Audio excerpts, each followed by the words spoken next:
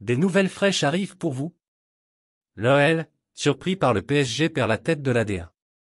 Mais avant que je partage cette nouvelle avec vous, abonnez-vous à ma chaîne pour ne manquer aucune actualité de première main sur l'Olympique lyonnais. Très équilibré, le choc entre l'OL et le PSG de ce dimanche a tourné en faveur des Parisiennes sur un but de Diani en fin de match, 0-1. L'Olympique lyonnais laisse sa première place du championnat. Comme on pouvait s'y attendre après le début de saison des deux équipes, cette OL-PSG a été très équilibrée. Les deux formations, qui se talonnent au classement et ont réalisé pratiquement le même parcours, se sont d'abord observées.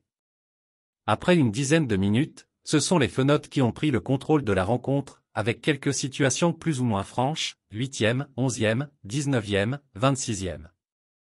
On retiendra surtout l'énorme cafouillage qui aurait pu offrir un but à l'Olympique lyonnais suite à un coup franc et à une mauvaise sortie de Boady.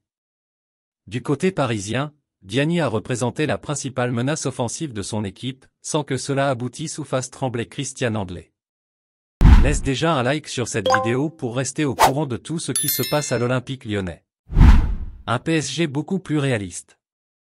La deuxième période est repartie un peu sur les mêmes bases, avec un ballon en possession des coéquipières de Damary Egurola et une Delphine Cascarino intenable dans son couloir. Il a néanmoins fallu attendre la 62e minute pour voir une occasion avec la frappe d'Eugénie Le Sommer repoussée par une défenseur francilienne. À la 73e minute, le grand stade a pu se réchauffer quelque peu en applaudissant le retour à la compétition d'Amandine Henry.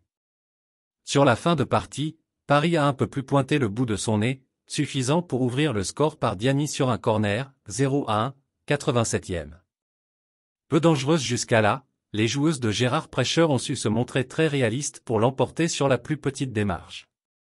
Après 11 journées, l'OL est désormais deuxième, devancé par son rival d'une longueur.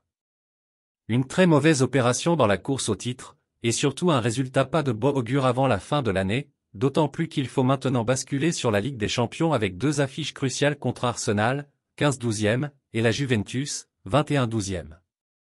Avant les vacances, l'Olympique lyonnais a encore une qualification à aller conquérir pour se remettre la tête à l'endroit.